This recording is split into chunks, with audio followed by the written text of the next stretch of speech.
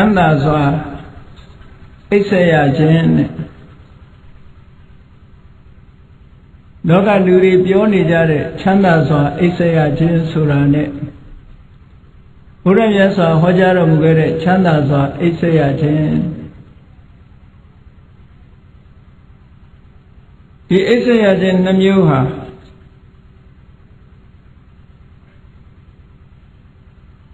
ခြားနာသောရှုထောင့်အမြင်များရှိသဖြင့်ခြားနာသောရည်ရွယ်ချက်များရှိလျက်နေပါတယ်လောကလူတွေပြောနေတဲ့ချမ်းသာစွာအိပ်ဆက်ရခြင်းဟာဘယ်လိုအဓိပ္ပာယ်ရှိပြီးတော့ဘုရားမြတ်စွာဆိုလိုတဲ့ချမ်းသာစွာအိပ်ဆက်ရခြင်းဆိုတာဘယ်လိုအဓိပ္ပာယ်ရှိတယ်လဲဆိုတာဒီကနေ့ညရှင်းလင်းပြီးတော့ဟောပြောကြရအောင်လောကလူတွေဟာနေထိုင်နဲ့ပတ်သက်ပြီးတော့ချမ်းသာဒုက္ခကိုလိုလားကြစာရေးတောက်တာနဲ့ပတ်သက်ပြီးတော့လည်းချမ်းသာဒုက္ခလိုလားကြတယ်အလိုလားဆုံးကတော့လူတိုင်းဟာချမ်းသာတာအိပ်ဆက်ရမှုဟာလူတွေမှာငြိမ်းငြိမ်းချမ်းချမ်းနဲ့ချမ်းသာတာအိပ်ဆက်ရမှုဟာအမြဲတမ်းတန်ဖိုးရှိတယ်လို့ပြောရမှာပါ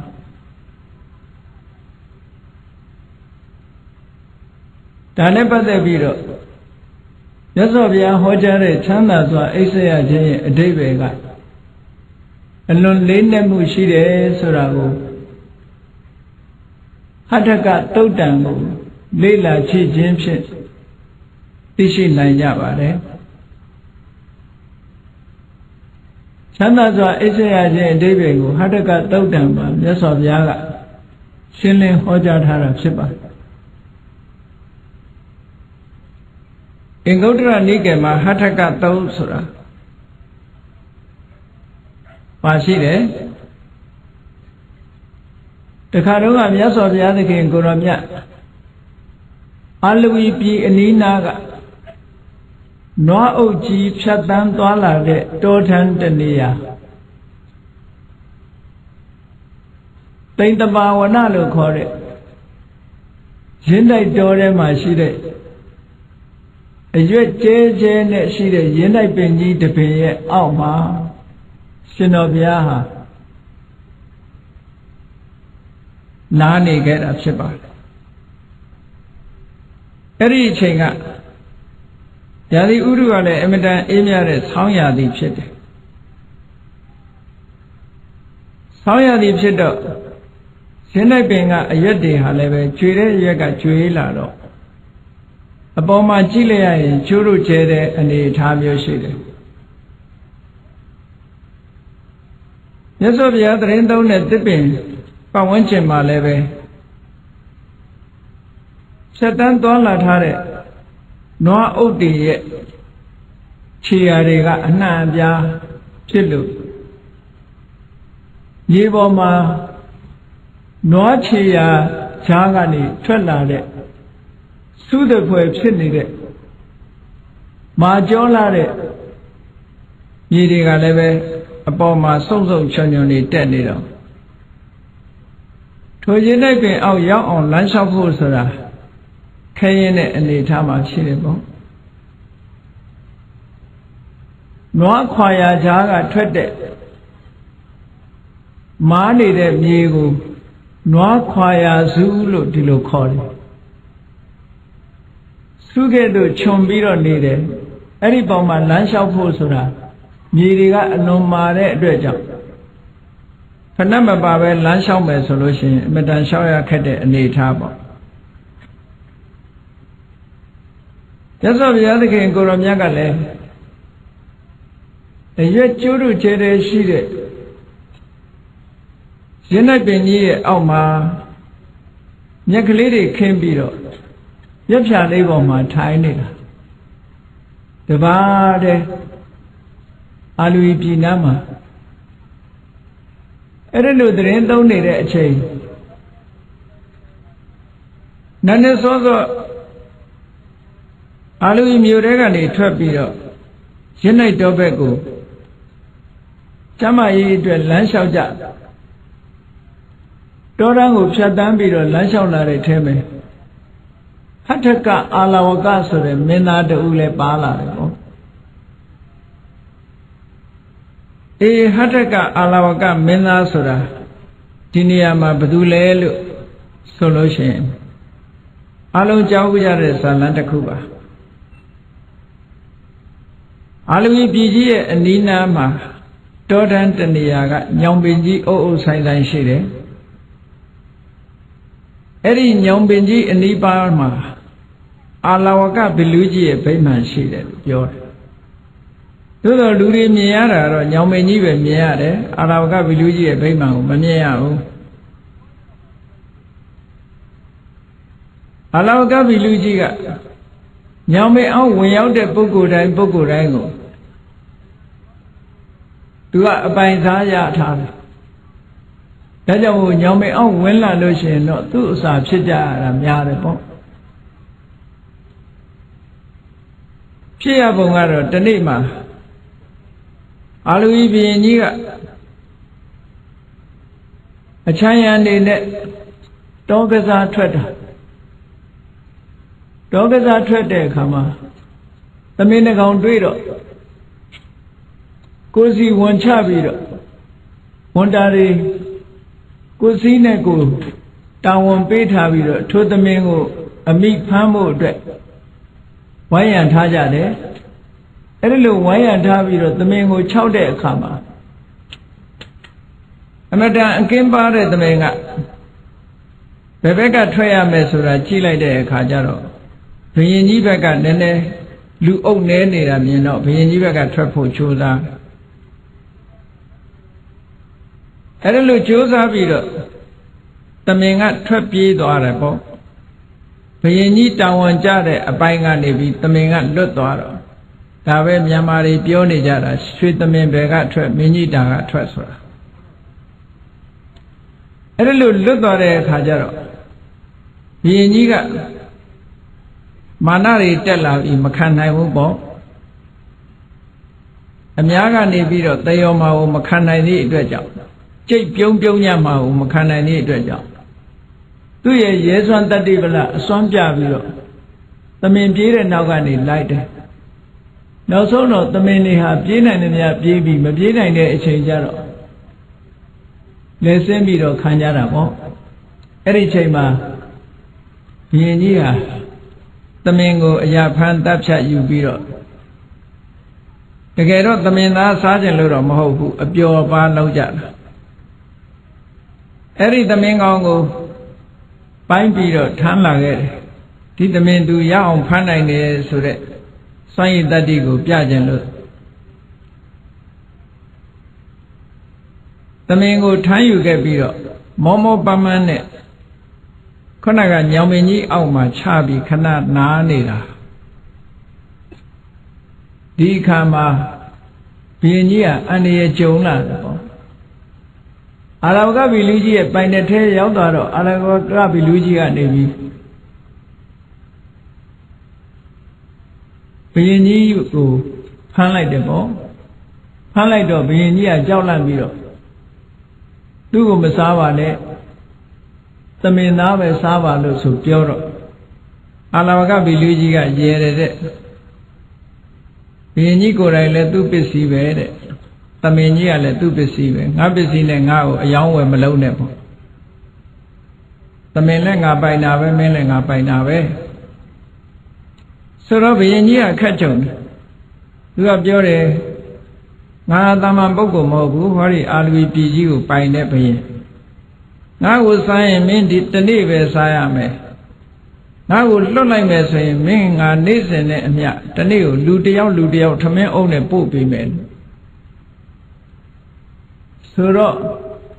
အာလဝကဘီလူကြီးကစဉ်းစားပြီးတော့လက်ခံတယ်အင်းသူပြောတာဟုတ်တယ်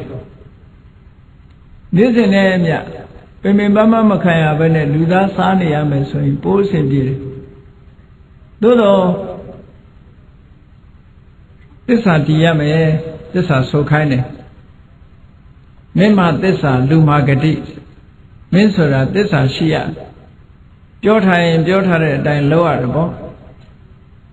ဘုရင်ကြီးကသစ္စာဆိုတယ်နေ့စဉ်နဲ့အမျှ သူနန်းတော်ကနေပြီးတော့သူစီမံခန့်ခွဲပေးတဲ့သမင်းအုပ်ရွက်လာတဲ့လူကိုစားပိုင်ခွင့်ပေးလိုက်တယ်အဲ့ဒီလိုစားပိုင်ခွင့်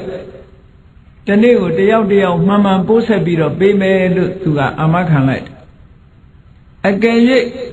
မပေးနိုင်တဲ့နေ့ဆိုလို့ရှိရင်သူကိုယ်တိုင်ဘလူရဲ့အစာဖြစ်ရ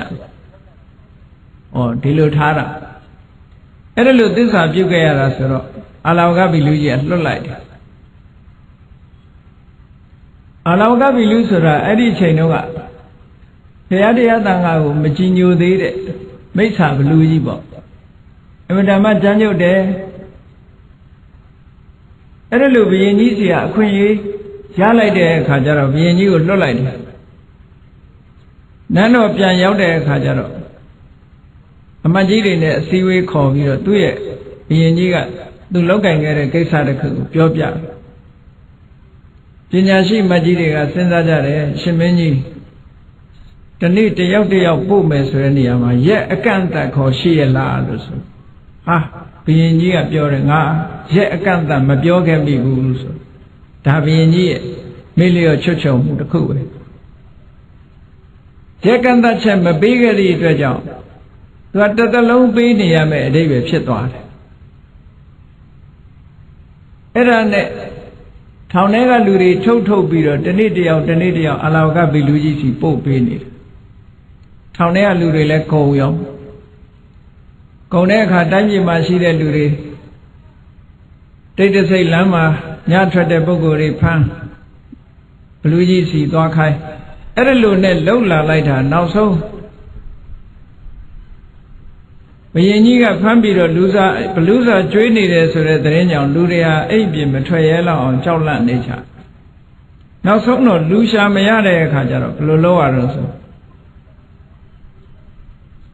ဘုရင်နန်းတော်မှာအဲ့ဒီနေ့မှာမွေးဖွားလာတဲ့ဘုရင်သားတော်ကလေးကိုပဲပေးရတော့မယ်လောကလူတွေဟာကိုယ့်အချစ်ဆုံးပဲသားတွေသမီးတွေကိုမိဘတွေကချစ်တယ်ဆိုတာကိုယ်သဘောချကိုယ့်ရဲ့စိတ်ထဲမှာသားသမီးလေးကိုမြင်နေရလို့ကြည်နူးနေလို့ချစ်တာတကယ်တော့လူတွေဆိုတာကိုယ့်အချစ်ဆုံးပဲအဲ့ဒါကြောင့်မို့လို့မိမိကိုယ်ကာကွယ်တဲ့အနေနဲ့သားတော်ကလေးကိုပဲဘလူးစာဖြစ်ကျွေးဖို့ရပို့ခိုင်းလိုက်ရတယ်အဲ့ဒီနေ့ဒီအာလောဝီဘုရင်ကြီးရဲ့သားတော်လေးဟာတကယ်ပါရမီရှင်ကလေးပဲတာမန်ပုဂ္ဂိုလ်မဟုတ်ဘူးပါရမီကုသိုလ်တွေစီးပူးကြလို့ထူးခြားတဲ့မင်းသားလေးဖြစ်တော့မြတ်စွာဘုရားသခင်ကိုရောမြတ်ကအဲ့ဒီနေ့တရက်ကြိုပြီးတော့အာလဝကဘီလူကြီးရဲ့ဘုံမိမ္မာကိုရောက်ရှိနေတာအဲ့ဒီအချိန်မှာအာလဝကဘီလူကြီးကသူ့ရဲ့ဘုံမိမ္မာထဲမှာမရှိဘူးအစည်းအဝေးသွားနေတယ်ပြန်လာတဲ့အခါမြတ်စွာဘုရားနဲ့ဘုံမိမ္မာနဲ့ရောက်နေတာမြင်တဲ့အခါစိတ်တွေတအားဆိုးတယ်ပေါ့အဲ့လိုစိတ်တွေစားဆိုးလို့တညာလုံးဘုရားကိုလက်နဲ့မျိုးနဲ့ထွက်သွားအောင်ဒုက္ခရောက်အောင်တိုက်ခိုက်မောင်းထုတ်တာမြတ်စွာဘုရားကိုလုံးဝအန္တရာယ်မပြုနိုင်ဘူးအဲ့ဒါလို့မြတ်စွာဘုရားကိုတောင်မောင်းထုတ်လိုက်ရအောင်သူစိတ်ကအမတန်မှချမ်းသာတယ်အဲ့ဒါလို့ချမ်းတဲ့အာလဝကဘီလူကြီးကိုမြတ်စွာဘုရားသခင်ကိုရောမြတ်ကလိမ္မာယဉ်ကျေးအောင်ဤစနစ်တွေကိုအသုံးချပြီးတော့ဆုံးမတော်မူခဲ့တယ်နောက်ဆုံးမှာအာလဝကဘီလူကြီးကသူ့လက်နဲ့ရှိသမျှတွေအသုံးချလို့ဘာမှအစွမ်းမရတဲ့အခါကျတော့ဘာလုပ်လဲဆိုရင်အရှင်ဂေါရမသူများခွင့်မပြုတဲ့အိမ်ထဲမှာကျူးကြော်ဝင်ရောက်နေတာအခုပဲထွက်သွားလိုက်ပါဆိုတော့မြတ်စွာဘုရားကဒီလိုချမ်းသာတဲ့ပုဂ္ဂိုလ်တယောက်ကိုစိတ်ဓာတ်နုညံ့သွားအောင်ဤစနစ်ကိုအသုံးပြုတဲ့အနေနဲ့သူစကားကိုနားထောင်တဲ့အနေထားသူ့ကိုဆန့်ကျင်မဲ့မလုပ်ဘူးအေးမင်းကမနေစေချင်ဘူးဆိုရင်သွားတာပေါ့ဆိုဘုရားကထား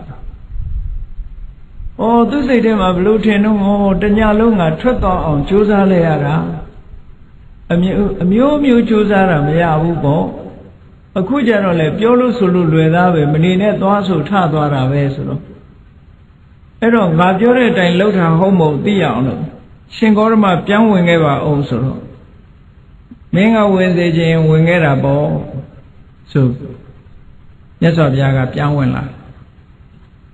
နောက်တစ်ခါထွက်သွားပါအောင်ဆိုထွက်သွားလိုက်တယ်ဝင်လာခဲ့ပါအောင်ဆိုဝင်လာဘာဖြစ်လို့မြတ်စွာဘုရားကဘလူးခိုင်းတာတွေလုပ်နေရတယ်လဲလို့ဆိုအင်မတန်စိတ်ကြမ်းတဲ့ဘလူးကြီးဟာစိတ်ဓာတ်ကလေးနုညံ့တော့အောင်လိုက်လျောစွာကျင့်ကြံကြုတ်ကိုအားထုတ်တယ်ဒီနည်းစနစ်ကလေးတွေကတကယ်မှန်ကန်တဲ့နည်းစနစ်ကလေးတွေပဲစိတ်ကြမ်းတဲ့ပုဂ္ဂိုလ်တွေစိတ်ဓာတ်နုညံ့သွားအောင်လုပ်တဲ့နေရာမှာသူတို့နဲ့လိုက်လျောညီတွေဆန့်ကျင်ဘက်မလုပ်ဖဲနဲ့သူတို့နဲ့လိုက်လျောညီတွေနေတာထိုင်တာဟာလည်းပဲကြမ်းတမ်းတဲ့ပုဂ္ဂိုလ်တယောက်ကိုနုညံ့သွားစေတယ်တဲ့အေးနောက်ကြတော့ကြမ်းတမ်းတဲ့ပုဂ္ဂိုလ်ဆိုတာကြမ်းတမ်းတဲ့စိတ်ကိုသိပ်ပြီးတော့မစွန့်နိုင်ဘူးအတော်အသင့်နုညံ့သွားတဲ့အခါနောက်တစ်ချိန်ကျတော့သူ့အတွေးကဘလို့တွေးတော့ဒီတစ်ခါရဟန်းဂေါရမထွက်သွားရင်တော့ခြေတော်နှချောင်းကင်ပြီးတော့ခင်းကမြေဟိုဘက်ကန်းထီအောင်ပြစ်မယ်လို့စိတ်ကူးတယ်အဲ့ဒါလို့စိတ်ကူးပြီးတော့ရဟန်းဂေါရမသူ့ဗိမာန်ထဲကထွက်သွားလိုက်ပါလို့ဆိုတော့မြတ်စွာဘုရားကအစွမ်းတတ္တိပြတဲ့အနေနဲ့ငါမထွက်နိုင်ဘူးတဲ့ဘာဖြစ်လို့တုံးဆိုတော့မင်းကငါ့ကိုထွက်သွားလို့ရှိရင်ခြေနှချောင်းကင်ပြီးတော့ဟိုဘက်ပြစ်မယ်လို့မင်းစိတ်ကူးနေတယ်ဆိုသူအံ့ဩသွားတယ်ဩငါတွေးတာတောင်သိပါလားအင်မတန်တကူကြီးတဲ့ပုဂ္ဂိုလ်ပါလားလို့စိတ်ဝင်စားလာတာဩအဲ့ဒီအချိန်မှာမြတ်စွာဘုရားကငါ့ကိုခြေနှချောင်းကင်ပြီးတော့ဟိုဘက်ပြစ်နိုင်တဲ့ပုဂ္ဂိုလ်ဆိုတာလောကမှာမရှိဘူးဆိုပြီးတော့ပြောဒါဖြင့်အရှင်ဂေါရမကိုပု္ပ္ပာမေးမယ်မဖြေနိုင်လို့ရှိရင်အရှင်ဂေါရမနှလုံးသားကိုခွဲပြစ်မယ်လို့ချမ်းသာတဲ့စကားဆိုပြန်တဲ့အခါမြတ်စွာဘုရားငါရဲ့နှလုံးသားကိုခွဲနိုင်လောက်အောင်မင်းမစွမ်းတတ်တိမရှိဘူးအေးမင်းမေးခြင်းနဲ့ဆိုရင်တော့မေးမင်းမေးတာတွေငါအကုန်ဖြေမယ်လို့အဲ့ဒီလိုခွင့်ပြုတဲ့အခါမှာမိကုန်းနေမေးတာသူမေးတဲ့မိကုန်းတွေကကတ္တဗဘုရားလက်ထက်တုန်းကအမေးနဲ့အဖြေနှမျိုးစလုံးရှိခဲ့တယ်ဒါကတ္တဗမြတ်စွာဘုရားလက်ထက်တုန်းကအမေးနဲ့အဖြေနဲ့ရှိခဲ့တာအဲ့ဒီရှိခဲ့တဲ့ထဲမှာအဖြေတွေမိကုန်းတွေရဲ့အဖြေတွေကပျောက်သွားတယ်မိကုန်းတွေပဲကျန်တယ်ဒါကြောင့်မို့ဒီမိကုန်းတွေကိုသူကသိသိချင်နေတယ်ဘာတွေလဲဆိုတာအဲ့ဒါကြောင့်မို့အဲ့ဒီမှာမေးလိုက်တာဒီနေရာမှာမိကုန်းနဲ့အဖြေကိုတော့ဘုန်းကြီးတို့မပြောရပါဘူးနော်ဘဝအရေးစိတ်အေးရလေအောင်ဆိုတဲ့တရားထဲမှာဘုန်းကြီးတို့ဟောထားတဲ့ထဲမှာရှိပါတယ်အဲ့ဒီမိကုန်းနဲ့အဖြေတွေအကြောင်းအဲ့ဒီမှာဒီနေရာမှာပြောချင်တာကတော့အာလဝကကြီးကိုဆုံးမလို့ယဉ်ကျေးပြီးတော့အာလဝကကြီးကဘုရားဘာသာအာလဝကဘီလူကြီးကဘုရားဘာသာဖြစ်သွားတယ်လို့ပြောအင်မတန်လိမ္မာယဉ်ကျေးပြီးတော့ဘုရားတရားတန်ခါဥဒိဋ္ဌာတွေဘယ်နေရာသွားသွားဘုရားတရားတန်ခါဥဒိဋ္ဌာရှ िख ိုးလေးရဲ့သွားပါမယ်ဆိုတဲ့ပဋိညာဉ်ပေးထားတဲ့အချိန်နန္ဒမိုးတော်အလင်းရောက်တဲ့အချိန်မှာခုနကအာလူဝီဘုရင်ကြီးကသားတော်လေးနဲ့သမင်းအုပ်ကိုပို့လိုက်တဲ့အချိန်ဘုရားကရောက်ရှိနေတဲ့အချိန်လေးနဲ့အမတန်မှကံကောင်းတယ်ဒီမင်းသားလေးဟာအကယ်၍သာမြတ်စွာဘုရားရောက်ရှိပြီးတော့မနေဘူးဆိုရင်ဘလူးစားခံရမယ့်အနေအထားမျိုးရှိတယ်ပေါ့အေးလိမ္မာရင်ကျေးသွားလို့ဒီမင်းသားလေးပို့လိုက်တဲ့အခါကျတော့ဘလူးကြီးကသောတာပန်ဖြစ်သွားပြီစိတ်ဓာတ်တွေကမချမ်းတော့ဘူးတတ္တဝါတွေပေါ်မှာကျင်နာတတ်တဲ့စိတ်တွေတနာတဲ့စိတ်တွေမေတ္တာထားနိုင်တဲ့စိတ်တွေဝင်လာသောတာပန်ပုဂ္ဂိုလ်ဖြစ်သည့်အတွက်ကြောင့်ဘုရားတရားသံဃာကိုရိုသေလေးစားမှုကလည်းရှိလာပြီမိမိအသက်ပင်သေလင်းကစားသူတစ်ပါးရဲ့အသက်ကိုတပ်ဖြတ်မှုဆိုတာလုံးဝမပြုတော့ဘူးဆိုတဲ့အနေအထားကြောင့်အဲ့တော့ဒီသူ့အတွက်အစာဖြစ်လာဖို့တဲ့မင်းသားလေးကိုတတ်ဖို့နေတာရှေးကလူသားတွေကိုလူတွေရဲ့အသက်ကိုတပ်ဖြတ်ပြီးတော့စားတောင်းနေတယ်ဆိုတာတောင်သိရမှာသိသွားမှာကိုရှက်တဲ့အနေအထားမျိုးရောက်သွားတယ်ပေါ့အလွန်ရှက်တယ်ဒါသိမှသိဆိုးတယ်သို့တော့မြတ်စွာဘုရားနဲ့အတူတူထိုင်းနေတဲ့အချိန်မှာမြတ်စွာဘုရားအနီးနားမှာထိုင်းပြီးတော့လိမ္မာရင်ကျေးစွာနေတဲ့အချိန်မှာဘလူးကြီးကိုမင်းသားလေးနဲ့သမင်းအုပ်ကိုလာပြီးတော့ဆက်တာတဲ့အခါမှာဘလူးကြီးက မင်းသားလေးကိုလှမ်းယူလိုက်ပြီးတော့မြတ်စွာဘုရားကိုလှူဒန်းလိုက်တယ်တဲ့အဲ့တော့ဒီမင်းသားလေးဟာမင်းကြီးယောက်ျားတွေလက်ကနေပြီးတော့ဘလူးကြီးလက်ရောက်သွားတယ်ဘလူးကြီးလက်ကနေပြီးတော့မြတ်စွာဘုရားလက်ထဲရောက်သွားတယ်ဘုရားကိုလှူလိုက်တာဘုရားကိုလှူထားတဲ့မင်းသားလေးဖြစ်သွားတယ်ဒါကြောင့်မို့လို့လက်ဆင့်ပြောင်းလာတဲ့မင်းသားလေးဆိုတဲ့အဓိပ္ပာယ်နဲ့ဟတ္ထကလို့ဒီလိုခေါ်တာဟတ္ထဆိုတာလက်ကဆိုတာတော့ခါငယ်ကနေပြောင်းလာတာလက်တစ်ခုကနေပြီးလက်တစ်ခုကိုပြောင်းရွှေ့ပြီးတော့အသက်ရှင်လာတဲ့မင်းသားလေးလို့ဒီလိုအဓိပ္ပာယ်ရတယ်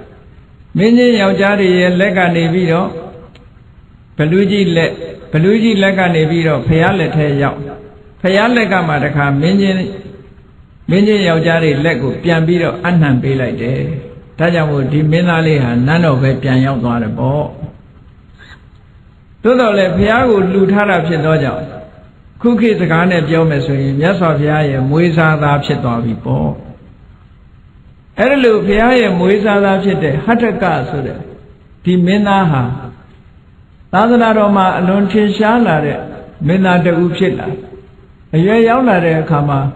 သူ့ရဲ့နောက်ကဥပဒကာတွေ900အချမ်းရံနဲ့အမတန်မှစီစီလုံးလုံးရှိတယ်ဟတ္တကဟာသူ့နောက်ပါဥပဒကာ900ကိုသူကစီးလုံးထားတဲ့နေရာမှာအလွန်အစွမ်းထက်အခြားပရိသတ်တွေတဲ့သူကစီးလုံးညီညာမှုရှိတယ်ဒါကြောင့်မို့မြတ်စွာဘုရားကဥပဒကာဒါယကာတွေကိုသာသနိကဘွယ်ထူးတွေပေးတဲ့အခါမှာဟတ္ထကအာလဝကကိုလည်းပဲဘွယ်ထူးတစ်ခုထည့်ပြီးတော့ပေးထားတယ်အဲ့ဒီဘွယ်ထူးကတော့ဘာလဲဆိုရင်သင်္ဃဝတ္ထု၄ပါးဖြင့်နောက်ပါတို့ကိုစီယုံတဲ့နေရာမှာထူးချွန်ဆုံးဆိုတဲ့ဘွဲကိုပေးတယ်စီယုံမှုထူးချွန်စုပေါ့စီယုံတဲ့နေရာမှာအလွန်ထူးချွန်တယ်လို့ဟတ္ထကအာလဝကမင်းသားလေးကိုဒီလိုဘွဲပေးထားသူဟာတမ္မာပုဂ္ဂိုလ်မဟုတ်ဘူးနောက်ကြတော့သောတာပန်တဂရဂံနဲ့နောက်ဆုံးအနာဂံအဆင့်ထီအောင်ရောက်သွားပြီသာသနာတော်မှာထင်ရှားတဲ့မင်းသားလေးတစ်ပါးဖြစ်လာပြီဟောသူ့မှာအံ့ဩဖွယ်ကောင်းတဲ့အံ့ဖွယ်ကောင်းတဲ့အရည်အသွေးတွေကဘာတွေတုံးဆိုရင်သူဟာတရားတရားသိကောင်းတယ်တဲ့ဟောတရားတရားကောင်းတဲ့နေရာမှာအလွန်ထင်ရှားတယ်တရားတရားကောင်းတယ်နောက်ကိုချင်းသီလနဲ့ပြည့်စုံတယ်ကိုချင်းသီလနဲ့ပြည့်စုံတဲ့နေရာမှာလည်းပဲအလွန်ထင်ရှားတယ်နောက်တစ်ခုကမကောင်းတာလုပ်ရမှာမဟုတ်တာပြောရမှာမဟုတ်တာကြံစီရမှာအလွန်ရှက်တတ်တယ်ဆက်ဆုပ်တတ်တယ်မကောင်းတာလုပ်ရမှာမကောင်းတာပြောရမှာမကောင်းတာကြံရမှာအလွန်ကြောက်လန့်တတ်တယ်ဟိရိဥတ္တပနဲ့ပြည့်စုံတယ်လို့ဒီလိုပြောတာအေးဒါတွေမကဘူးဟတ္တကမင်းသားလေးဟာမြတ်စွာဘုရားထံကတရားဓမ္မတွေနာယူပြီးယဟန်တော်ရှင်မြတ်တွေစီကယဟန္တာရှင်မြတ်တွေစီကတရားဓမ္မကိုနာယူထားလို့တရားဓမ္မနဲ့ပတ်သက်လာလို့ရှိရင်ဘုဒ္ဓတွေအများကြီးရှိတယ်တဲ့ဘုဒ္ဓတွေအများကြီးရှိတယ်နောက်တစ်ခုကတော့တရားတရားကောင်းတဲ့ပုဂ္ဂိုလ်ဖြစ်သည့်အားလျော်စွာအမြဲတမ်းစွန့်လွတ်လှူဒန်းမှုရရောမှုဆိုတဲ့စာကခုံနဲ့လည်းပြည့်စုံတယ်နှမျောတွန့်တိုခြင်းမရှိဘူးဟတ္တကမင်းသားလေးဟာစွန့်ကြဲပိတ်ကန်တဲ့နေရာမှာလည်းပဲအမတန်မှရရောတယ်နောက်ကုံတစ်ခုကတော့သူကပညာထက်မြက်တယ်လို့ဒီလိုဆိုတယ်ထက်မြက်တဲ့ပညာဆိုတာတာမန်အခြေခံပညာမျှတာမကဘူးသင်္ခါရတရားတွေကိုအနိစ္စဒုက္ခအနတ္တလို့ဖြစ်မှုပြည့်မှုတွေကိုရှုမြင်တဲ့နေရာမှာလည်းပဲသူပညာအလွန်ဆင်တန်းမြင့်တယ်သောတာပန်ကနေသဂရဂံကနေအနာဂံဆိုတော့ဝိပဿနာဉာဏ်ဟာအလွန်ရင့်တန်တယ်ပေါ့ဉာဏ်နာအဆင့်ဖြစ်ဖို့ရာဝိပဿနာဉာဏ်မျိုးသာသူ့မှာလိုနေသေးတာဟုတ်အဲ့တော့ဉာဏ်နာဖြစ်ဖို့ဝိပဿနာကြတော့အနာဂံဖြစ်တဲ့ဝိပဿနာတဲ့ပိုတဲ့အဆင့်မြင့်တယ်လို့ပြောအောင်ပါပေါ့အေးအဲ့ဒါလို့ထူးချွန်တဲ့ဟတ္တကမင်းသားလေးအံ့ဩဖွယ်သူ့ရဲ့ဂုံကြီးဂုံသွေးတွေရှင်မျိုးနဲ့ပြည့်စုံတဲ့နေရာမှာသူဟာဒီလိုထူးခြားပေမဲ့လို့ထူးခြားမှုကိုထုတ်ဖော်ပြောဆိုဖို့အလွန်ဝန်လေးတဲ့ပုဂ္ဂိုလ်တူတဲ့အဲ့ဒါကိုအပိစ္ဆလို့ခေါ်တယ် လောကမှာလူတွေကကိုယ်ရှိလို့ရှိရင်ရှိတဲ့ပို့ပြီးတော့ကြွားကြညတယ်ပေါ့အေးဟောဒီဟတ္တကမင်းသားလေးကတော့ဘယ်တော့မှသူ့ရဲ့ဂုံကြီးဂုံသေးကိုထုတ်ဖော်ပြောဆိုဘူးသူ့ကိုဂုံကြီးဂုံသေးကိုသူများသိမှဆိုးတယ်ခက်ကုတ်ကုတ်ရိုးရိုးလေးပဲနေတယ်သူ့ရဲ့ဂုံကြီးဂုံသေးတွေကိုဘယ်တော့မှထုတ်ဖော်ပြောဆိုလို့မရှိဘူးဒါကြောင့်မို့လို့အပိစ္ဆာလို့ဆိုတဲ့ဒီအလိုနီးချင်းဆိုတဲ့ခုံအင်္ဂါနဲ့လည်းပြည့်စုံတယ်လို့ဒါကဒီပုဂ္ဂိုလ်ရဲ့ပတ်သက်တဲ့အည်အသွေးတွေဟောဒီဟတ္တကမင်းသားလေးဟာသင်္ဃဝတ္ထုတရား၄ပါးနဲ့ပြိဿတ်ကိုစီယုံတဲ့နေရာမှာအမြဲတမ်းထူးချွန်တယ်တခါတော့ကသူ့နောက်လိုက်နောက်ပါပြိဿတ်တွေကစီလုံးညီညီညွတ်ညွတ်နဲ့မြတ်စွာဘုရားစီလာတော့မြတ်စွာဘုရားကအမတန်ညီညွတ်တဲ့သူ့ရဲ့နောက်လိုက်နောက်ပါတွေကိုခြိပြီးဘုရားကဟတ္တကတဲ့ဒီပိဋကတ်တွေကိုဘယ်လိုလုပ်ပြီးတော့စီယုံထားတာတုံးလို့မြတ်စွာဘုရားကမေးတယ်မေးတဲ့အခါကျတော့အရှင်ဘုရားတဲ့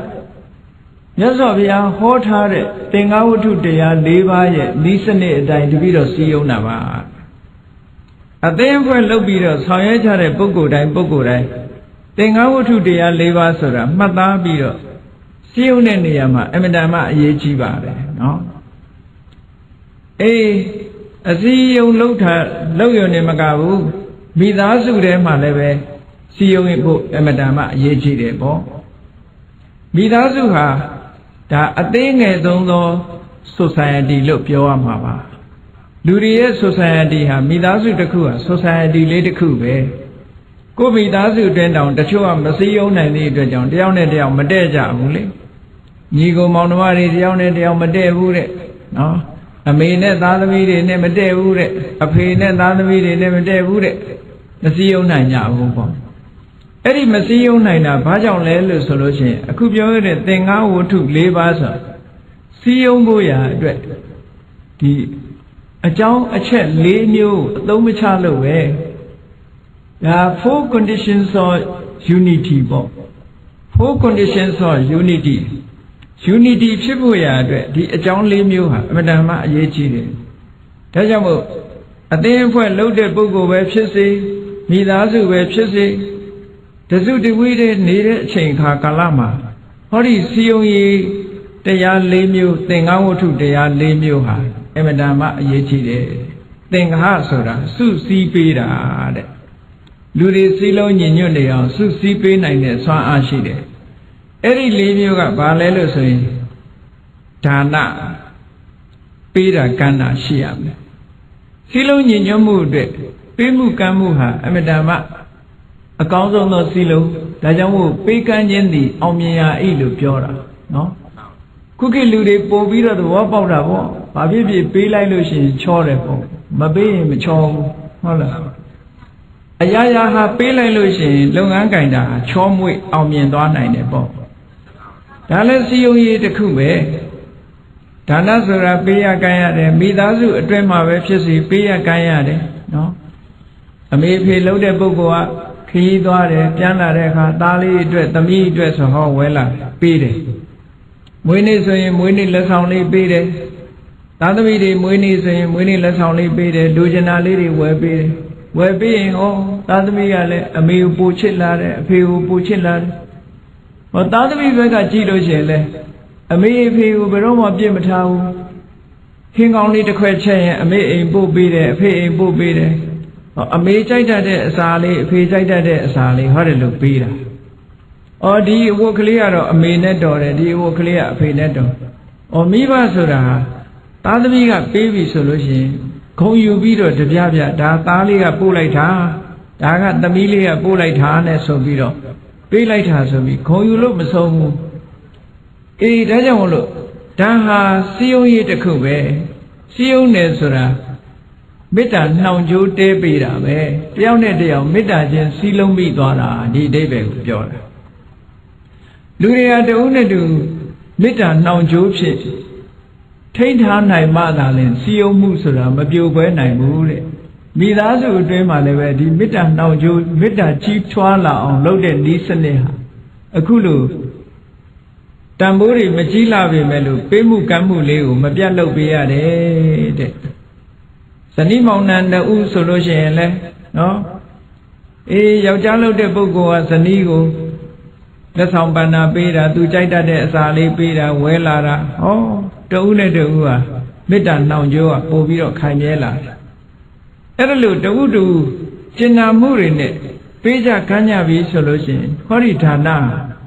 ပေးကမ်းခြင်းဤအောင်မြင်ရာဤဆိုတဲ့အတိုင်းအရေးကြီးဆုံးသောစီလုံးရေးတစ်ခုဖြစ်ပါတယ်အပေါင်းအသင်းထဲမှာအသင်းအဖွဲ့ထဲမှာတဦးတူဟာပေးရတယ်ကမ်းရတယ်အဖွဲ့အသင်းတစ်ခုလှုပ်ထားလို့ရှိရင်ကိုယ့်အိမ်မှာစားစရာရှိဟေးလာကြဟေးတို့အဖွဲ့ဝင်တွေခေါ်ပြီးတော့ကျွေးတယ်နော်ညံ့ညံ့တာရှယ်ယာလုပ်ကြတယ်ဟောအဲ့ဒီလိုလှုပ်ချင်းဖြင့်ပို့ပြီးတော့စီလုံးမှုတွေရလာနိုင်တယ်ပေါ့အေးဒါနဆိုတာရှိတာတခါတရံဒါလေးနဲ့လုံလောက်ပြီလားလို့ဆိုမလုံလောက်သေးဘူးပေးယုံကမ်းယုံလေးနဲ့မလုံလောက်သေးဘူးဒါကြောင့်မို့ဒုတိယတစ်ခုမြတ်စွာဘုရားကထပ်ဖြည့်ဟောတယ်ဒါကဘာလို့ဆိုပေယဝိဇ္ဇာကျင်နာတဲ့စကားပြောဖို့ယဉ်ကျေးတဲ့စကားပြောဖို့ချစ်ခင်ပွေရာစကားပြောဖို့လိုအပ်သေးတယ်အေးတချို့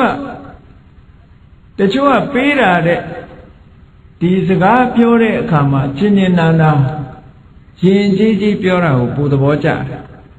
အဲ့ဒါလို့ယဉ်ကျေးကြီးသဘောကျတော့ဒီအတွက်ကြောင့်မြတ်စွာဘုရားကပေးမှုကမ်းမှုအပြင်တဲ့ပြောဆိုဆက်ဆံတဲ့အခါမှာအကိုအရွယ်ဆိုရင်အကိုလို့ခေါ်ရမယ်ညီလေးအရွယ်ရာဆိုရင်ညီလေးလို့ခေါ်ရမယ်အမအရွယ်ဆိုအမနော်အေးတချို့ကျတော့မတန်မတာအရွယ်ကြီးခေါ်တာရှိသေးတယ်ကိုယ်ရဲ့ငယ်ရဲ့သားနဲ့အန်တီလို့သွားခေါ်ရင်ရံဖြစ်ခံမှာပဲအဲ့ဒါနော်ကိုယ်နဲ့ဓာန်တူကြီးသွားပြီးဦးလေးလို့ခေါ်လို့ရှိရင်လည်းဒုက္ခပေးမှာပဲအဲ့ဒါမျိုးဩသူတန်ရာလေးခေါ်ပြီးတော့ယဉ်ကျေးကျေးပြောဆိုဆက်ဆံမယ်ဆိုလို့ရှိရင်စီလုံးမှုဟာပို့ပြီးတော့အောင်မြင်လာနိုင်တယ်ဒါကြောင့်မို့မြတ်စွာဘုရားကဒုတိယလောက်ရမှာကပေယဝိဇ္ဇာတဲ့စီယုံရေးအတွက်နော်ချစ်ခင်ပွဲရာရှင်ကျေးတဲ့စကားမျိုးနဲ့ပြောဆိုဆက်ဆံရမယ်။ဩနောက်တစ်ခုအသုံးပြုရမယ့်စီယုံရေးတစ်ခုကဘာလို့ဆိုအဋ္ဌစရိယအဋ္ဌဆိုတာအကျိုးသို့မဟုတ်ကိစ္စစရိယဆိုတာပြုလုပ်ပေးတာတစ်ဖက်သားမှာကိစ္စရှိလို့ရှိရင်ကြည့်ပြီးတော့မနေဘူးအေးတို့တော့မအားသေးဘူးမသွားနိုင်ဘူးဆိုတာမလုပ်ဘူးကိုယ့်အလုပ်ကိုအသာပယ်ထားပြီးတော့သူ့တောင်သူ့အလုပ်သူ့မှာအရေးကြီးတဲ့ကိစ္စရှိရင်ဝိုင်းဝန်းဆောင်ရွက်ပေးကြတယ်အေးတစ်ဖက်သားရဲ့ကိစ္စကိုမနေတတ်ဘူးဝိုင်းပြီးတော့ဆောင်ရွက်ပေးတယ်ဆိုဟိုလူကကျေးဇူးတွေတင်လို့ခိတ္တာတွေတက်ဝင်လာတယ်ပေါ့ဒါကြောင့်မို့အဋ္ဌစရိယဆိုတာလည်းအမတန်အရေးကြီးတယ်ပေါ့တချို့ကချိုးသားတဲ့စကားကိုပြောပြီးမဲ့လို့လက်မပါတာရှိသေးတယ်လေအလုံးလုံးเสียရှိတဲ့အခါကျတော့ရှောင်းဖဲနေလို့ရှိရင်အေးဒီလူက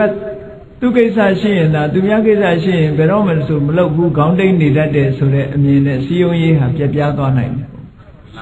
ဒါကြောင့်မို့မနေဘူးသူများကိစ္စရှိရင်ဝိုင်းဝန်းကူညီဆောင်ရွက်ပေးမှုအဋ္ဌစရိယဆိုတာလည်းပဲစီယုံရေးအတွက်အရေးကြီးတဲ့အရာတစ်ခုဖြစ်တယ်ပေါ့နောက်ဆုံးတစ်ခုကတော့ဘာလဲဆိုရင်တမာနတ္တတာလူတွေကတဦးနဲ့တူဆက်ဆံတဲ့အခါမှာထမ်းတူဆက်ဆံဖို့လိုအပ်တယ်တချို့ကတော့မတူမတန်လှုပ်တတ်တယ်မတူမတန်လှုပ်ပြီးတော့အထင်သေးပြီဆိုလို့ရှိရင်မေတ္တာတွေခံသွားနိုင်တယ်ပေါ့ကိုယ်တည်းဘယ်လောက်ပဲငယ်မတူမတန်သဘောမထားဘူးအလေးထားတယ်တန်ဖိုးထားတယ်တန်ဖိုးထားပြီးတော့ဆက်ဆံတယ်မိမိနဲ့ကိုယ်တူထားတယ်ဩအဲ့ဒါလို့မိမိနဲ့ဓာန်တူထားပြီးတော့ဆက်ဆံတတ်ပြီဆိုလို့ရှိရင်စီယုံမှုဟာအောင်မြင်တယ်ဒါကြောင့်မို့မြတ်စွာဘုရားကဒါနပေယဝိဇ္ဇာအဋ္ဌစရိယတမာနတ္တတာတဲ့အဲ့ဒီ၄မျိုးဟာတကယ်စီယုံရေးကောင်းတဲ့နေရာမှာ၄မျိုးဖြစ်တယ်ပေါ့ဟောဒီစီယုံရေး၄မျိုးမှာအသုံးမပြုဘူးဆိုလို့ရှိရင်တဲ့မိသားစုအတွင်းတောင်မှမိဘဟာသားသမီးရဲ့အကျိုးမခံစားရတတ်ဘူးမိဘပင်ဖြစ်နေကြစားသားသမီးကမိဘကိုပြစ်ထားတတ်တယ်ဩသားသမီးကမိဘကိုပြစ်ထားသလိုမိဘကလည်းသားသမီးကိုပြစ်ထားအချင်းချင်းအစီမကူကြဘူးပေါ့ဒီလိုဖြစ်တတ်တယ်တဲ့ဒါကြောင့်မို့မြတ်စွာဘုရားကအဲ့ဒီစီယုံရေး၄မျိုးဟာဘယ်လောက်ထိအရေးပါတယ်လဲလို့ဆိုလို့ရှိရင်မြင်းလဲတို့လှဲတို့ဘိန်းကျွတ်မသွားအောင်ဘေးကနေပြီးတော့ဂလန်ကလေးတတ်ထားတာနဗံဆောင်လို့ခေါ်တယ်အဲ့ဒီနဗံဆောင်လို့ပဲအမတန်မှအရေးကြီးတယ်တဲ့ဇ ဆိုလိုတာခုခေတ်ကားဆိုရင်တော့ဒါနတ်ပေါ့နော်ဘိန်းကျွတ်သွားလို့ရှိရင်ဒီကားဟာဆက်သွားလို့မရတော့ဘူးပေါ့လောကကြီးဟာစင်စစ်မပြတ်စီယုံရေးဟာအောင်မြင်နေဖို့ရာအတွက်ဟောဒီ၄မျိုးဟာအမတန်မှအရေးပါတဲ့အခန်းကဏ္ဍရှိတယ်လို့ဒီလိုဟောလို့တာအေးဟတကမင်းသားလေးကိုမြတ်စွာဘုရားကနေဒါလောက်များတဲ့ပရိသတ်ကိုဘလို့စုစည်းထားတာတော့ဘလို့စီယုံထားတော့ဆိုတော့အရှင်ဘုရားဟောထားတဲ့ဒီသင်္ဃဝတ္ထုတရား၄ပါးအတိုင်းတပိတော့စီလုံးထားပါတယ်ဘုရားတဲ့သူစီလုံးပုံလေးကတစ်မျိုးလူတွေကို၄မျိုးခွဲလိုက်တယ်လူတွေကို၄မျိုးခွဲလိုက်တယ်တချို့ကပေးတာကမ်းတာကြိုက်တဲ့လူရှိတယ်အဲ့ဒီလူပေးတာကမ်းတာကြိုက်တဲ့လူဦးစားပေးပြီးတော့ပေးကမ်းတယ်ပေါ့အဲ့ဒီနည်းနဲ့စီယုံတယ်တချို့လူတွေကပေးတာကမ်းတာကိုသိပြီးတော့တန်ဖိုးမထားဘူးစကားပြောရင်မာပြောရင်ဟုတ်လားမကြိုက်ဘူးချိုချိုသားသားပြောမှကြိုက်တဲ့လူမျိုးကြတော့ချိုချိုသားသားပြောပြီးတော့စီယုံတယ်ပေါ့အေးတချို့ကပေးတာကမ်းတာလည်းအဓိကမထားဘူးချိုချိုသားသားပြောတာလည်းအဓိကမထားဘူးကိစ္စဝိစ္စရှိလို့ရှိရင်ဝိုင်းကူလုံးလို့ရှိရင်ကျေးဇူးတင်တတ်တယ်အဲ့ဒါကိုတန်ဖိုးထားတဲ့လူဆိုလို့ရှိရင်လည်းသူ့ကိစ္စကိုခရီးတစ်ဆိုင်ဝမ်းဝမ်းဆောင်ရွက်ပေးတယ်အဲ့ဒီနည်းဖြင့်စီယုံတယ်အေးတချို့ကြတော့ပေးတာကမ်းတာလည်းအဓိကမထားဘူးချိုချိုသားသားပြောတာလည်းအဓိကမထားဘူးကိစ္စဝိစ္စဆောင်ရွက်ပေးတာလည်းအဓိကမထားဘူးသူအဓိကထားတာဘာတော့ဆိုရင်ကိုယ့်ကိုအထင်သေးမြင်လေးနဲ့ဆက်ဆံလာလို့ရှိရင်မခံနိုင်ဘူးတဲ့ဓာတ်နုထားပြီးဆက်ဆံတာကိုသဘောကျတယ်ဆိုတဲ့ပုဂ္ဂိုလ်တွေကိုဓာတ်နုထားပြီးတော့ဆက်ဆံပါတယ်တဲ့ဟောတာအာလဝကမင်းသားလေးကပိဋကကိုစုစည်းနီးစီယုံနီးပဲသူကအဲ့ဒါလို၄မျိုးခွဲပြီးတော့လူတွေရဲ့အကြိုက်အတိုင်းစုစည်းလိုက်တာနောက်တစ်ခုသူဖြည့်ဆွက်ပြီးတော့ရှောက်တာလေးတစ်ခုရှိတယ်အရှင်ဘုရားတဲ့လောကလူတွေဟာဒီလိုစည်းရုံးရုံနဲ့မကဘူးတဲ့လူတွေဟာတပည့်တော်စကားနားထောင်မို့ရလောက်နားထောင်မို့ရနောက်တစ်ခုအကြောင်းကတော့တပည့်တော်ကပစ္စည်းဥစ္စာချမ်းသာတဲ့မင်းသားတစ်ပါးတဲ့ဟုတ်တယ်လောကလူတွေကရွှေရှိမှအမျိုးတော်တာလေဆင်းရဲတဲ့လူရဲ့စကားဆိုရင်နားထောင်မှာမဟုတ်ဘူးတဲ့တပည့်တော်ကချမ်းသာတယ်ချမ်းသာတဲ့မင်းသားဂုဏ်ရှိတဲ့မင်းသားဆိုတော့တပည့်တော်ဘာပြောရဟောဆင်းရဲပြီဘာမှစားစရာမရှိဘူးဆင်းရဲမွဲတေတဲ့လူတယောက်ကဥဆောင်မယ်ဆိုရင်ဘယ်သူမှလိုက်မှာမဟုတ်ဘူးအဲ့တော့ချမ်းသာဖို့ဆိုတာလည်းပဲလိုအပ်သေးတယ်တဲ့ဆိုလိုတာကဓနဂုံလေးကလည်းရှိရအောင်ဒါကြောင့်လူတိုင်းဟာချမ်းသာအောင်တော့ကြိုးစားကြအောင်ကြိုးစားကြပစ္စည်းဥစ္စာနဲ့ပြည့်စုံအောင်ကြိုးစားပစ္စည်းဥစ္စာနဲ့ပြည့်စုံပြီဆိုလို့ရှိရင်လူရဝင်လာလူရဝင်တယ်လူလောကကိုကရွှေရှိမှအမျိုးတော်တယ်ဘူဒီတိမှအမျိုးတော်တယ်ဆိုတာဒါတကယ်ပဲစားစရာမရှိဘူးဆိုရင်အမျိုးတော်မှပဲမတော်ပါဘူးလှုပ်ချင်တယ်နော်အေးစားစရာရှိပြီသိပြီးတော့အောင်မြင်လာပြီကြီးပွားလာပြီယာရုတွေကြီးလာပြီဆိုရင်ကျမ်းဖန်ပြီးတော့အမျိုးဆက်တယ်ကျမ်းဖန်ပြီးတော့အမျိုးဆက်တယ်အဲ့ဒီလိုယာရုလည်းမရှိဘူးစီးစိမ်ဥစ္စာလည်းမရှိဘူးဆိုတဲ့ပုဂ္ဂိုလ်ကြတော့ကျမ်းဖန်ပြီးတော့အမျိုးတွေကနေပယ်ထုတ်တယ်ဒါလူတွေရဲ့သဘာဝကိုပြောပြတာနော်အဲ့ဒါကြောင့်မလို့အလဝကမင်းသားကလျှောက်တယ်ဟတကမင်းသားလျှောက်တယ်အရှင်ဘုရားတဲ့တပည့်တော်စကားလူတွေကနားထောင်မှာပေါ့တဲ့တပည့်တော်ကဘာဖြစ်လို့လဲဆိုရင်ချမ်းသာကြွယ်ဝတဲ့ပုဂ္ဂိုလ်တယောက်ပါတဲ့ပေးနိုင်ကမ်းနိုင်တဲ့လူတယောက်ပါတဲ့အဲ့ဒါလည်းပဲသူစီယုံဖို့အောင်မြင်ခြင်းရဲ့အကြောင်းတစ်ခုပဲလို့အဲ့တော့အဲ့ဒီမင်းသားဟာတရက်ကြတော့မြတ်စွာဘုရားခုနကသတင်းသုံးနေတဲ့နေရာမနဲ့စောစောသူကအညောင်းပြေညာပြေလမ်းလျှောက်ရင်းကနေဘုရားသတင်းသုံးတဲ့တစ်ပင်ကြီးကဖြတ်သွားတော့ဘုရားကိုမြင်တာပေါ့မြင်တဲ့အခါကျတော့အရှင်ဘုရားတဲ့ချမ်းသာတာအိပ်ဆက်ရပါရဲ့လားလို့မေးတာမနဲ့စောကြီးဆိုတော့အဲ့နေညမြတ်စွာဘုရားအဲ့ဒီတစ်ပင်အောက်မှာပဲသတင်းသုံးတဲ့အနေထားရှိတယ်ပေါ့ဒါကြောင့်မို့မနေ့စောစောသူရောက်လာတဲ့အခါကျတော့ဘုရားထိုင်နေတာတွေ့တော့အရှင်ဘုရားညကချမ်းသာကျင်းရပါရဲ့လားလို့မေးလိုက်တာနော်ကျင်းတယ်ကိန်းဆက်တယ်ဆိုတဲ့ဗမာစကားဟာကိန်းအောင်တယ်ဆိုတဲ့အလားအဲ့ဒီကိန်းကနေပြီးတော့ဘယ်လိုကြောင့်ကျင်းပြောင်းသွားတယ်လဲမသိဘူးနော်ကိန်းအောင်မွေးလျော်ဆိုတာတူဒီတနေရာဒီအာယုံမျိုးမျိုးစိတ်တွေမလွင်ပါစေပဲနဲ့တူဒီနေတာထိုင်တာကိုကိန်းအောင်တယ်လို့ဒီလိုအဓိပ္ပာယ်ရတယ် အဲ့ဒီကနေဆက်ပြီးတော့ဒီကိန်းနဲ့ချင်းနဲ့ဆိုတဲ့စကားလုံးကိုကြည့်ပြီးတော့ဘုန်းကြီးတွေလည်းဘယ်အချိန်ဖြစ်ဖြစ်တရားတွေကလာလို့ရှိရင်ရှင်ဘုရားကျိန်းနေသလားကြီးမေးတာဒါပေမဲ့အဓိပ္ပာယ်ကကျိန်းနေသလားဆိုအိတ်နေသလားဆိုဘုန်းကြီးရဲ့တဏီကုံအိတ်နေတဲ့အဓိပ္ပာယ်ရောက်တယ်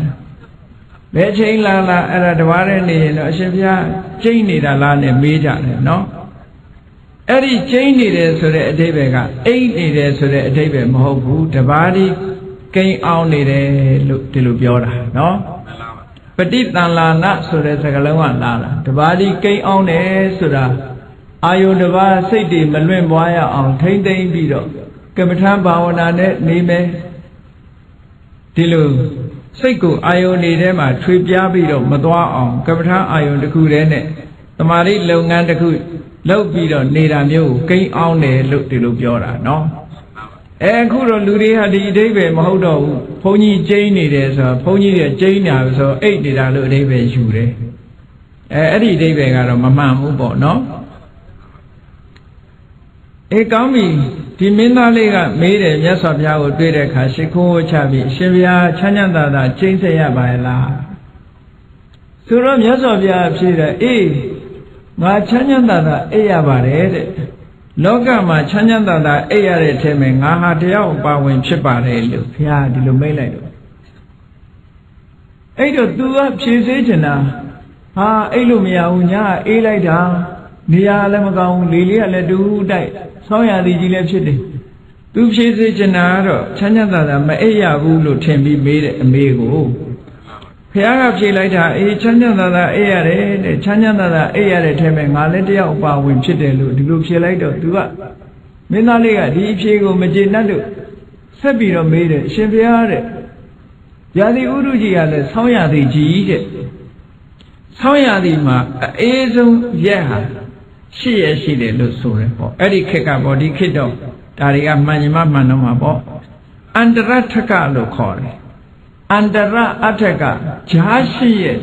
ဂျားရှိရဆိုတာတဘူတွဲတပေါင်းနှစ်လအကြာရှိရဟာအေးဆုံးပဲလို့ဆိုတာဒီနေရာမှာတဘူတွဲတပေါင်းဆိုတဲ့နေရာမှာဒီဗမာတွေရဲ့လရေတွက်ပုံနဲ့ဘုရားမြတ်စွာလက်ထက်ကလရေတွက်ပုံကမတူဘူးဆိုတာကိုသတိထားဖို့လိုတယ်ပေါ့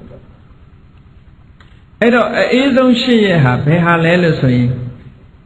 တဘူတွဲလမပြည့်မီ၄ရက်နဲ့တဘူတွဲလပြည့်အပါဝင်နောက်က၄ရက်အဲ့ဒီရှိရဟာအေးဆုံးလို့ဒီလိုပြောတယ်နော်အန္တရထကဆိုတာဂျားရှိရဆိုတာတဘူတွဲလပြည့်ဟာအေးဆုံးဒါကြောင့်မို့လို့ဗမာတွေဟာတဘူတွဲလပြည့်နေ့ဆိုလို့ရှိရင်မိဘုံပွဲကျင်းပပြီးတော့မြတ်စွာဘုရားကိုလှူကြတယ်ပူဇော်ကြတယ်ဒီအချိန်မှာကြွယ်ကြိုပြားတောင်အေးလို့ဘုရားလည်းအေးမှာပဲဆိုပြီးတော့နော်နသာထင်းနေနဲ့မိခင်မိုးရအတွက်ရည်မှန်းပြီးတော့လှူဒန်းလေးရှိကြတယ်ပေါ့ဗမာပြည်မှာတော့အခုပွဲတစ်ခုတိုးတာကတော့ထမနေပွဲပေါ့အဲ့တော့မိဘုံပွဲဆိုတာဒီနသာထင်းနေနဲ့ဘုရားကိုမိပူဇော်တဲ့ဟာအမတန်မှအေးတဲ့အရက်ကိုအချိန်ကိုအတိမပြုတဲ့အနေနဲ့မြတ်စွာဘုရားကိုမိအိုးကင်းနေနဲ့မိဖို့ပြီးတော့လှူတဲ့သဘောပေါ့အဲ့တော့အေးဆုံးရှိရဆိုတဲ့နေရာမှာတဘူရဲလာပြီဆိုတာဗမာပြည်ကတဘူရဲလာပြီလို့သုံးတာဟာကောင်းကင်ကလာကြီးကတော့ပြည့်တယ်ဒါပေမဲ့လို့ရက်30ဖြစ်တဲ့လကမပြည့်သေးဘူးလာပြီဆိုတဲ့အဓိပ္ပာယ်ဟာကောင်းကင်ကလာပြည့်တာကိုပြောတာမြတ်စွာဘုရားလက်ထက်တုန်းကလာပြီဆိုတဲ့နေရာမှာကောင်းကင်ကလလည်းပြည့်တယ်ရက်30လလည်းပြည့်တယ်ဒီလိုယူရမှာကောင်းကင်ကလပြည့်တယ်လို့ရက်30လလည်းပြည့်တယ်လို့ဆိုတော့ဒီတဘူရဲတပေါင်း2လအကြာရှိရဆိုတဲ့နေရာမှာတဘူရဲလပြည့်နေ့အပါဝင်နော်ရှိရကိုပြောတာအဲ့ဒီရှိရဟာစံချိန်တင်လောက်အောင်အေးတဲ့ရာသီလို့အန္တရထကဆောင်းရာသီမှာအေးဆုံးအချိန်လို့ဒီလိုသတ်မှတ်တယ်စာပေတွေထဲမှာပေါ့သို့သောရာသီဥတုတွေကခေတ်ပြောင်းလာတဲ့အတွက်ကြောင့်ပြောင်းလာတာကိုတော့တတိထားရမှာပေါ့အဲ့ဒီအချိန်တုန်းကအေးပေမဲ့လို့ခုချိန်ကျတော့အေးချင်မှအေးမှာပေါ့အဲ့ဒါတော့ထည့်စဉ်းစားရမှာဟိုချိန်တုန်းကဒီရာသီဟာအေးဆုံးပဲလို့ဆိုတယ်အဲ့တော့မြတ်စွာဘုရားသတင်းသုံးနေတဲ့အချိန်ကလည်းပဲအဲ့ဒီရှိရအထက်ကတရရဲ့မှာသတင်းသုံးနေတဲ့အချိန်ဖြစ်လို့ Hataka Minaga shouted, Shimpia, the Yadi Sonya di Gide. A Azum Chit, she at him and a Yauni dead. Piro Lily let the who tiny dead, Pangunjing a leve. Noari Chatan Donda Talu, Miri Ale Manimania, Noakwa Zuri, Chondepido needed. A Shimpia the end on it. Jindai Pay, a Yudigale, Metan Juru Ched. Oh, Sai Mashi wood. Auga Kent had a Yakenliale, Pavali ye. Tilo de Yamuma, Nitaina Shipa Nane. Chanyanda Aya Lazaro, eating a Chanyanda Aya de Lusura. Velu Debe Valepia. Oh, do ni negaro, Yasovia, Chanyanda Aya de Lutumatimu. Odabo, Soya di Jima, later who died needed, Didarema. Imitan Erelia. No, Tingalia le pare, Tingalia le Emitan Ere, Lilia le Miaulia le tiny. Every chamber, Blue Chanyanda 8. Hoido de Senda Chido.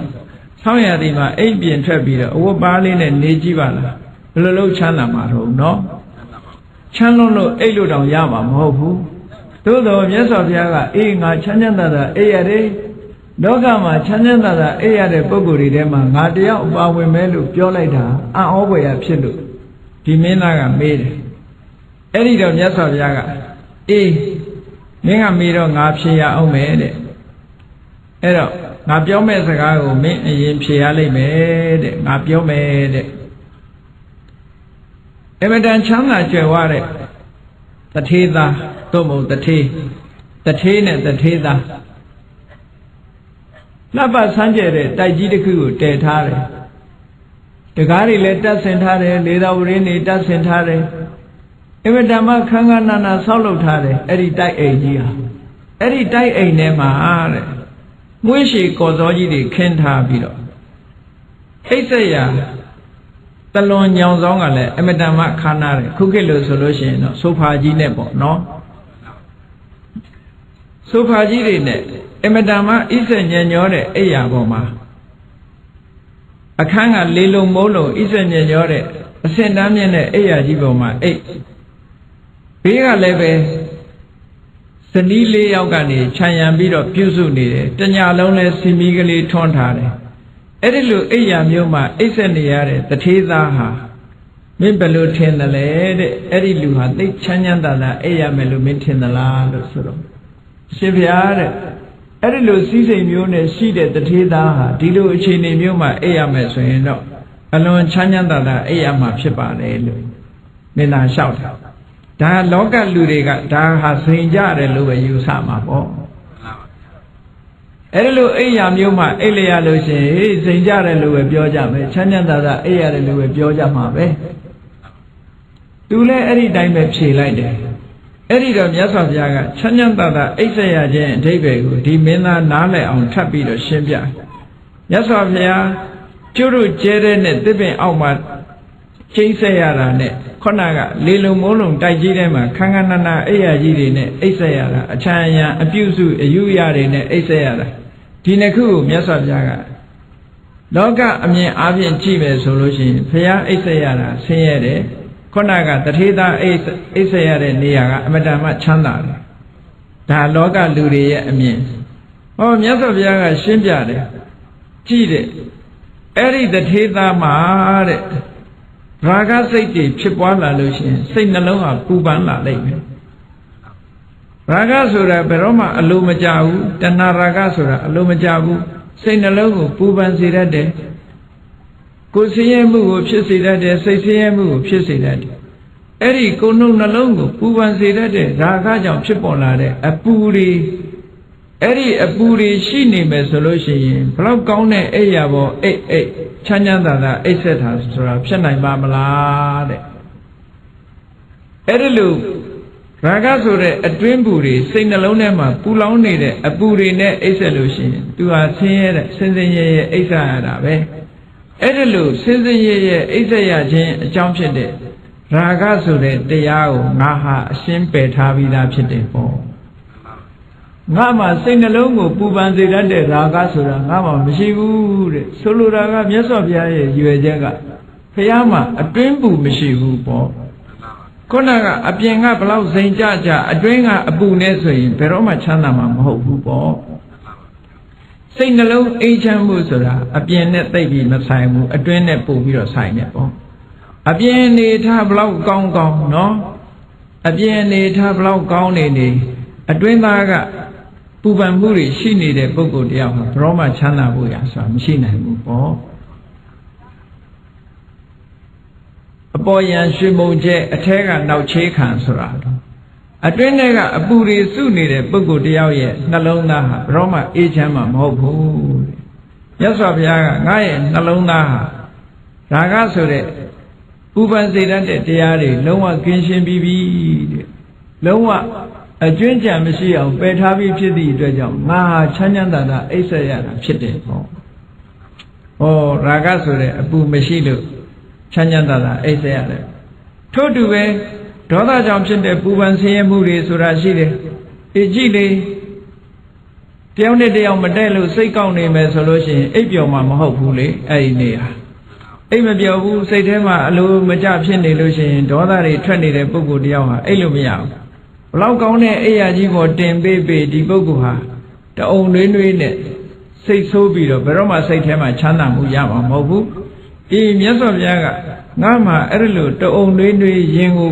ပူနွေးစေတတ်တဲ့ပူလောင်စေတတ်တဲ့ဒေါသဆိုတာငါမှမရှိတော့ဘူးတဲ့လုံးဝဖယ်ရှားထားပြီးသားဖြစ်တယ်ဒါကြောင့်မို့လို့ငါရဲ့ယင်ဟာအေးနေတယ်ပေါ့အေးနေသည့်အတွက်ကြောင့်ငါဟာချမ်းချမ်းသာသာအေးရတယ်ထို့တူပဲမောဟအမှန်မသိတဲ့မောဟဟာလည်းပဲပြဿနာတွေကိုတက်စေတတ်တယ်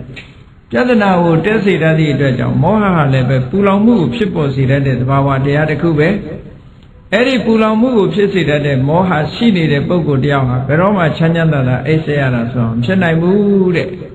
အဲ့ဒီမောဟဆိုတဲ့တရားကိုငါတဏ္ဍာမှာအကျွင်းကြံမရှိအောင်ငါဖယ်ရှားထားပြီးသားဖြစ်တယ်ဒါကြောင့်မို့ငါရဲ့တဏ္ဍာမှာပူလောင်နှလုံးသားကိုပူလောင်စေတတ်တဲ့ရာဂဆိုတာလည်းမရှိဘူးဒေါသဆိုတာလည်းမရှိဘူးမောဟဆိုတာလည်းမရှိဘူးတခြားအကုသိုလ်တွေလည်းမရှိဘူးဒါကြောင့်မို့လို့နှလုံးသားကြည်လင်အေးမြပြီးတော့ငြိမ်းချမ်းနေတာအဲ့ဒါကြောင့်မို့လို့ငါရဲ့အိပ်ဆက်နားနေမှုဟာဘယ်နေရာပဲဖြစ်ဖြစ်အတွင်းကနှလုံးသားအေးချမ်းနေသည့်အတွက်ကြောင့်ဘယ်တော့ပဲဖြစ်ဖြစ်ချမ်းသာနေတာပဲလို့ဒီလိုဟောတာအဲ့တော့ဘုန်းကြီးတို့တွေကအပြင်ပံလေးကိုကြည့်ပြီးတော့ချမ်းသာတယ်လို့ပြောနေကြတာအတွင်းကပူလောင်နေတာကိုလူတွေကမသိဘူးအတွင်းပူနဲ့အပြင်ပူဆိုတဲ့နေရာမှာအပြင်ပူကခံနိုင်တယ်အတွင်းပူကမခံနိုင်ဘူးလောကလူတွေဒုက္ခရောက်နေတာဟာအတွင်းပူကြောင့်ဒုက္ခရောက်နေတာအတွင်းပူရှိလာလို့ရှိရင်အပြင်ပူတဲ့ဆိုးတယ်ပေါ့အပြင်ပူတာကတခဏမျှတာပူတာအတွင်းပူပြီဆိုလို့ရှိရင်တသံတရားလုံးဒုက္ခရောက်သွားနိုင်တယ်ပေါ့အေးဒီအခြေအနေတွေကိုရည်ညွှန်းပြီးတော့မြတ်စွာဘုရားသခင်ကိုရောမြတ်ကလောကမှာတဲ့အတွေ့အတာမှုတွေမရှိဘူးမုန်းတိမှုတွေမရှိဘူးမှားမှားယွင်းယွင်းဒီတွေ့ဝေမှုကြောင့်မှားမှားယွင်းယွင်းချွတ်ချော်မှုတွေမရှိဘူးဆိုတဲ့ပုဂ္ဂိုလ်တယောက်ဟာအမြဲတမ်းချမ်းချမ်းသာသာအိပ်ဆက်ရတဲ့ပုဂ္ဂိုလ်ပဲဖြစ်တယ်တဲ့နှလုံးသားကိုပူလောင်စေတတ်တဲ့ကိလေသာတွေမကင်းသေးတဲ့ပုဂ္ဂိုလ်ဟာကိလေသာတွေနှလုံးသားထဲမှာမငြိမ့်သေးဘူးဆိုလို့ရှိရင်ထိုပုဂ္ဂိုလ်ဟာဘယ်တော့မှချမ်းချမ်းသာသာအိပ်ဆက်ရတဲ့ပုဂ္ဂိုလ်ဆိုတာမဖြစ်နိုင်ဘူးလို့ဒီလိုဟတ္တကမင်းသားကိုရှင်းလင်းပြီးတော့မြတ်စွာဘုရားဟောတာအဲ့တော့မြတ်စွာဘုရားရဲ့အဓိပ္ပာယ်ကချမ်းချမ်းသာသာအိပ်ဆက်ရခြင်းဆိုသည်မှာနှလုံးသားအပူငြိမ့်ပြီးတော့ကိလေသာခတ်သိမ်းငြိမ့်နေတဲ့ပုဂ္ဂိုလ်ရဲ့အိပ်ဆက်မှုသာလင်ချမ်းချမ်းသာသာအိပ်ဆက်ရခြင်းလို့ဆိုနိုင်တယ်ကိလေသာအပူတွေရှိနေတဲ့ပုဂ္ဂိုလ်ရဲ့အစဉ်တမ်းမြင့်တဲ့အိယာကြီးတွေပေါ်မှာအိပ်ပြီးတော့အပြင်ပန်းအပြင်ဇိမ်ကြတယ်ချမ်းသာတယ်လို့ဒီလိုထင်ရတော့လေအတွင်းပူတွေနှိမ့်ဆက်နေသည့်အတွက်ကြောင့်ပူလောင်မှုတွေနဲ့လုံးဝနေရလို့သူ့ရဲ့စိတ်နှလုံးဟာအေးချမ်းမှုမရှိဘူးစိတ်နှလုံးအေးချမ်းမှုမရှိသည့်အတွက်ကြောင့်အဲ့ဒီပုဂ္ဂိုလ်ဟာချမ်းချမ်းသာသာအိပ်ဆက်ရတယ်ဆိုတဲ့အဓိပ္ပာယ်မရပါဘူးတဲ့စင်စင်ရဲရဲပဲအိပ်ဆက်ရပါတယ်တကယ်လည်းပဲလောဘဒေါသမောဟဆိုတာတွေရဲ့အနောက်အရှက်ကြောင့်ထိုပုဂ္ဂိုလ်ဟာဘယ်တော့မှချမ်းချမ်းသာသာအိပ်ဆက်ရမှာမဟုတ်ဘူးစိတ်ထဲမှာအလိုမကျမှုတွေနဲ့လုံးပန်းပြီးတော့အလိုမကျတွေနဲ့ထွေးလုံးပြီးတော့စိတ်နှလုံးဟာပူလောင်နေသည့်အတွက်ကြောင့်စိတ်ငြိမ်းချမ်းမှုဆိုတာလုံးဝမရနိုင်ဘူးတဲ့ဒ ဒါကြောင့်မို့မြတ်စွာဘုရားသခင်ကိုရောမြတ်ကချမ်းသာစွာအိပ်စက်ရတယ်ဆိုတဲ့တကယ်အဓိပ္ပာယ်ဟာနှလုံးသားအေးချမ်းမှုရှိမှချမ်းသာစွာအိပ်စက်ရတယ်ရာဂဒေါသမောဟစတဲ့ကိလေသာတွေချုပ်ငြိမ်းမှသာလျှင်တကယ်ကိုအေးချမ်းတယ်ဆိုတာကိုပြောလို့ရမယ်ချမ်းသာစွာအိပ်စက်ရတယ်ဆိုတဲ့ပုဂ္ဂိုလ်ဟာတကယ်ကိုရာဂဒေါသမောဟငြိမ်းချမ်းတဲ့ပုဂ္ဂိုလ်မှသာဖြစ်နိုင်တယ်ပေါ့လောကလူတွေဟာမအိပ်ရလို့အိပ်ဆေးတောက်ရတဲ့ပုဂ္ဂိုလ်တွေရောမရှိဘူးလားစိတ်ငြိမ်သေးဆိုပြီးတော့တောက်နေရနှလုံးသားအပူတွေအကြောင်းမလို့တညာလုံးအိပ်မပျော်ဘူးတဲ့တောကတွေဖြစ်နေလို့တညာလုံးအိပ်မပျော်ဘူးတဲ့အဲ့ဒီအပူတွေကြောင့်အိပ်မရလို့အိပ်ဆေးတောက်ပြီးတော့အိပ်ကြနေရတယ်ဒါဟာတကယ်အဖြေမဟုတ်ဘူးတကယ်အိပ်ဆေးကတော့မြတ်စွာဘုရားရဲ့တရားတော်ဟာဖြစ်တယ်ပေါ့ဘယ်ချိန်ဒီတရားတော်ကိုလိုက်နာကျင့်ကြံကြိုးကုပ်အားထုတ်မယ်ဆိုရင်လောဘတွေလျှော့ချနိုင်မယ်ဒေါသတွေလျှော့ချနိုင်မယ်မောဟတွေလျှော့ချနိုင်မယ်နောက်ဆုံးလောဘဒေါသမောဟတွေကင်းပြီးတော့နှလုံးသားရဲ့ပူလောင်မှုတွေအကုန်ကင်းသွားရင်ဘယ်နေရာမှာပါနေစိတ်နှလုံးဟာအေးချမ်းနေမှာပဲဖြစ်တယ်ဒါကြောင့်မို့တရားချစ်ခင်သူတော်စင်ပြိဿအပေါင်းတို့သည်တို့တွေဟာစိတ်နှလုံးအေးချမ်းသာယာမှုရှိမှသာလျှင်ချမ်းသာစွာအိပ်စက်ရတယ်ဆိုတဲ့အဓိပ္ပာယ်ကိုအပြည့်အဝရကြမှာဖြစ်တယ်တမန်အပြင်ကြည့်ပြီးတော့တို့တွေဟာချမ်းသာစွာအိပ်စက်ရတယ်လို့ဖြေလို့ရှိရင်မပြည့်စုံတဲ့စကားမျိုးသာဖြစ်တယ်ပေါ့အဲ့ဒါလိုသဘောကျပြီးတော့